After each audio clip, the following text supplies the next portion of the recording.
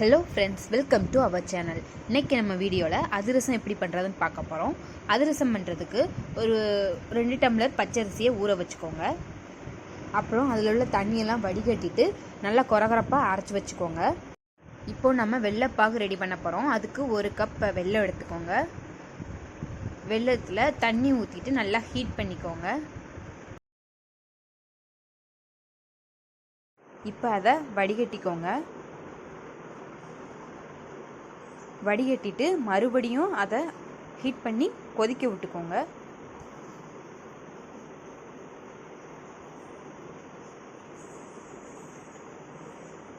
கொதிச்சு நல்லா கட்டியான பாகு பதத்துக்கு வரணும்.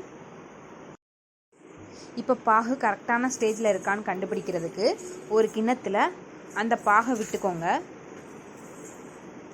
அது கரையாமல் அப்படியே இருந்துச்சு அப்படின்னா கரெக்டான ஸ்டேஜில் பாகு ரெடி ஆயிடுச்சுன்னு அர்த்தம். இப்போ அடுப்பு ஆஃப் பண்ணிட்டு கொஞ்சம் கொஞ்சமாக அந்த மாவை சேர்த்துக்கோங்க. கூடவே சுக்கு ஏலக்காயும் பொடி பண்ணி வச்ச அதையும் சேர்த்துக்கோங்க. அப்போ தான் ஒரு நல்ல ஃப்ளேவர் கிடைக்கும்.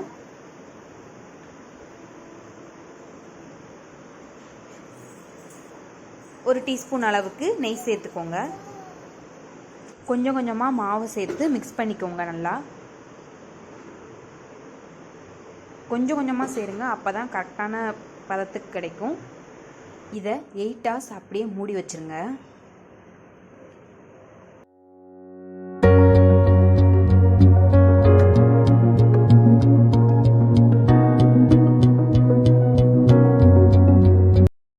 பொரிக்கிறதுக்கு தேவையான அளவுக்கு எண்ணெய் ஊற்றிக்கோங்க.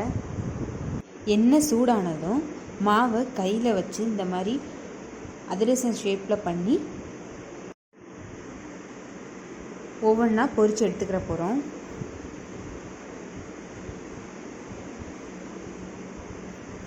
அவ்வளோதான், இப்போ அதிரசம் ரெடி ஆகிரும்.